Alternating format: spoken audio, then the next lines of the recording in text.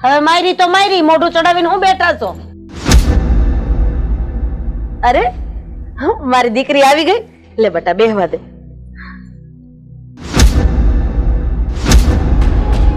અરે દામિની કેમ છે બેટા? કા હું વાત છે? તારું મોઢું કાં ઉતરી ગયું છે બેટા? બા હવે છે ને હમણાં હું અહીંયા જ રહેવાની છું. કા આવી વાત કરસ તું? એ મને છે ને કાઢી મૂકી છે એ ઘરમાંથી.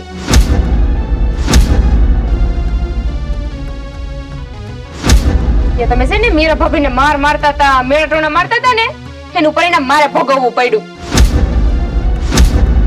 ઈ તો ન ગયા ઘરમાંથી, પણ મારે અહીંયા આવવું પડ્યું. આની એટલી હિંમત કેણે મારી છોડીને મારા ઘરે પાછી મોકલી દીધી? હવે તમે જોવો કેવા ધીંગાણા થાય છે. બા હવે તમે શાંતિ રાખો. ભાઈ ક્યાં છે? અંદર જ છે. ભાઈ, એ ભાઈ, અહીંયા બેન ગુડાણી છે, અહીંયા આય.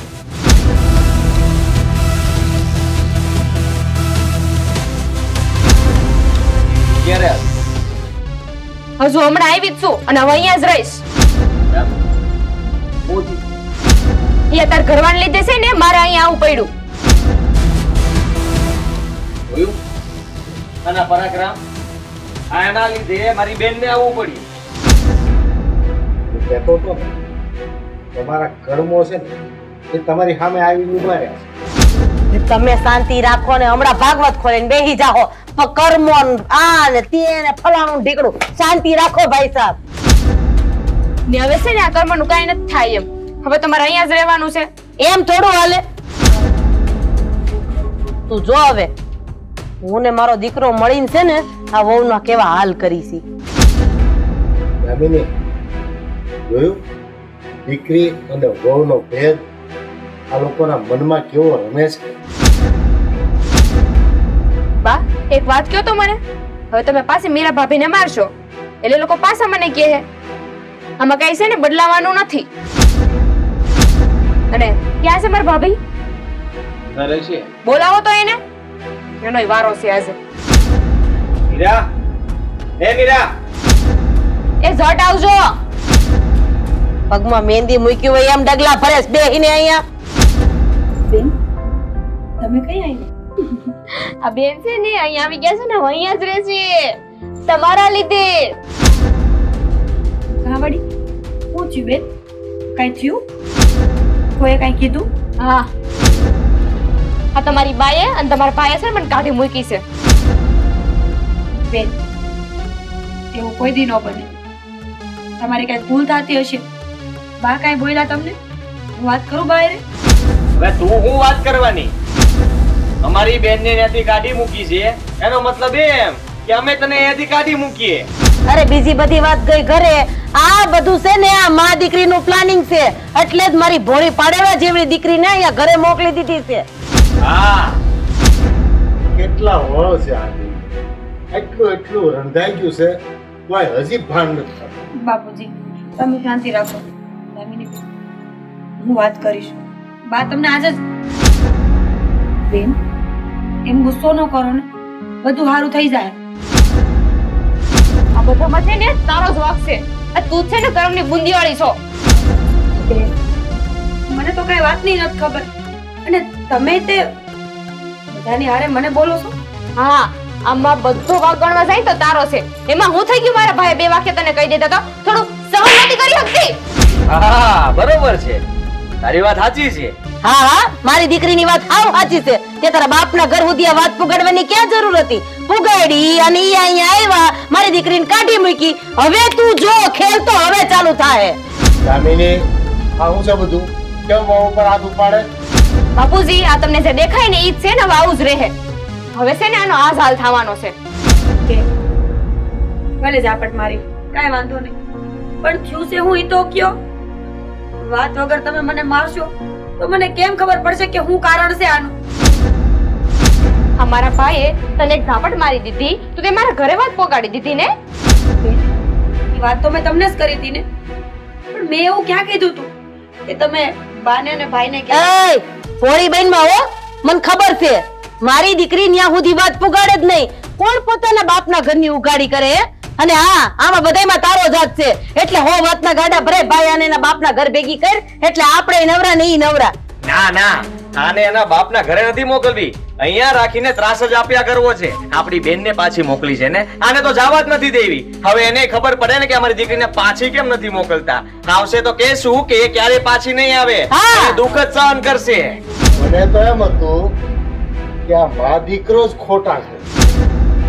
આજ ખબર પડી એની દીકરી એવી જ છે. મારી દીકરી માટે એકય શબ્દ ન બોલતા હો. હા, કહી દીધું છે તમને. બા તમને ખબર છે આજે એ લોકોએ હું કર્યું મારી યારે? હું કર્યું? મેં એ લોકોને કીધું ને કે ભાઈ મીરા ભાભી ઉપર હાથ ઉપાડ્યો છે તો અમે મને એક ઝપટ મારી દીધી. અરે, આ લોકોની જો તો ખરી. તારા પર હાથ ઉપાડ્યો? હા અરે હવે તો તું જો, એ લોકોનો વારો નો પાડી દઉં ને તો કેજે. હવે વાત નથી જોવાની.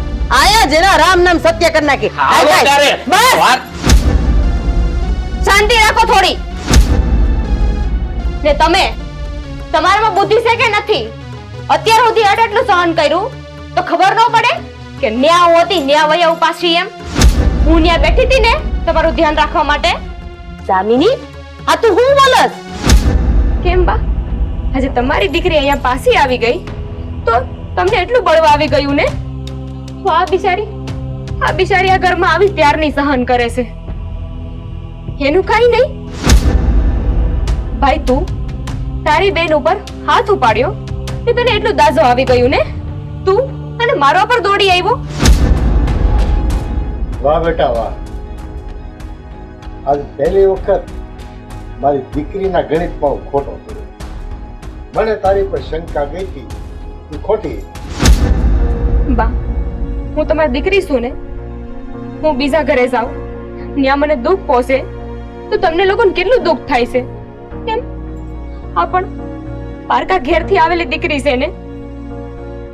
આવા આપણા સંસ્કાર છે બા. બટા, હર હંમેશ એવું બનતું હોય કે એક માં હોય ને ઈ એની દીકરીને સલાહ આપતી અને એનાથી એનું ઘર બચી જતું. પણ આપણા ઘરનો તો દાખલો જ ઊંધો છે. આજે એક દીકરીએ માને સલાહ આપી ને અમારો હસતો ખેલતો પરિવાર તૂટતા બચી ગયો. હા, પણ ઘણું મોડું છે. શાંતિ રાખો ને તમે. મીરા બેટા, મને માફ કરી દેજે. બા તમે હું લેવાની માફી માંગો છો? તમે તો મારી માં છો ને, અને દીકરીનો વાંક હોય ને તો માં જ ખીજાય. એટલે તમે માફી ન માંગો. એટલે તને ત્યાંથી કાઢી નથી મૂકી એમ ને? ના પાયલા, આ તો તમને સમજાવવા માટે કે આ વહુ છે ને એ આ ઘરની લક્ષ્મી છે, એને લક્ષ્મીની જેમ રાખો. આ સમજાવવા માટે જ આવું કરવું પડ્યું મારે.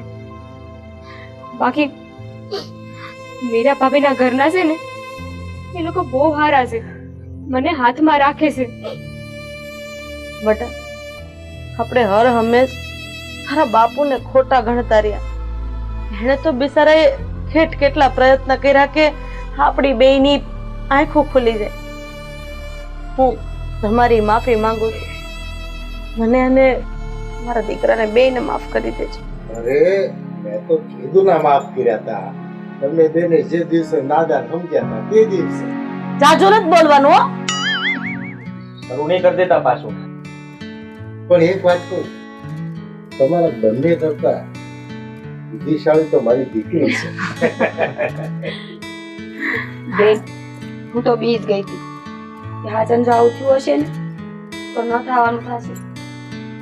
ના ભાભી, હા શું કહું ને તો તમારા બા અને ભાઈ બહુ સારા છે.